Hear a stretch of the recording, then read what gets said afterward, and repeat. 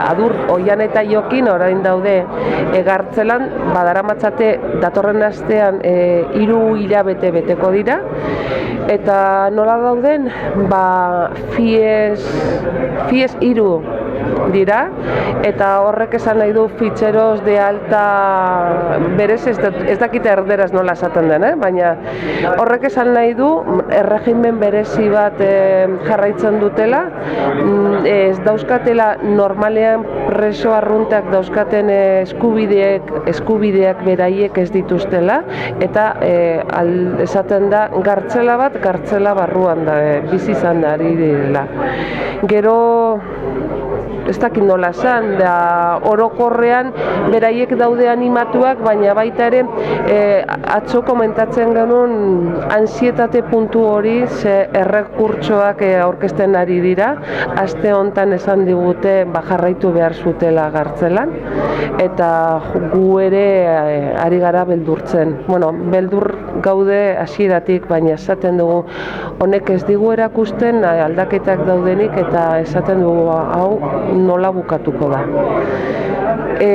Gero beraien bizitza Gartzelan eta, beste preso modukoek antolatzen dute beraien bizitza, irakurmenaren bitartez ari dira beraien buruak pixka bat kokatzen, ze ikusten dute ze zaila den beste pertsonekin gauzak arruntak eta zentzunezko gauzak hitz egitea,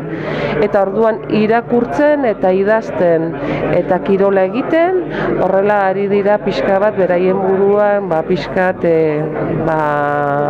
iparra ez dakit nola esan, zaintzen. Eta nola gauden gu?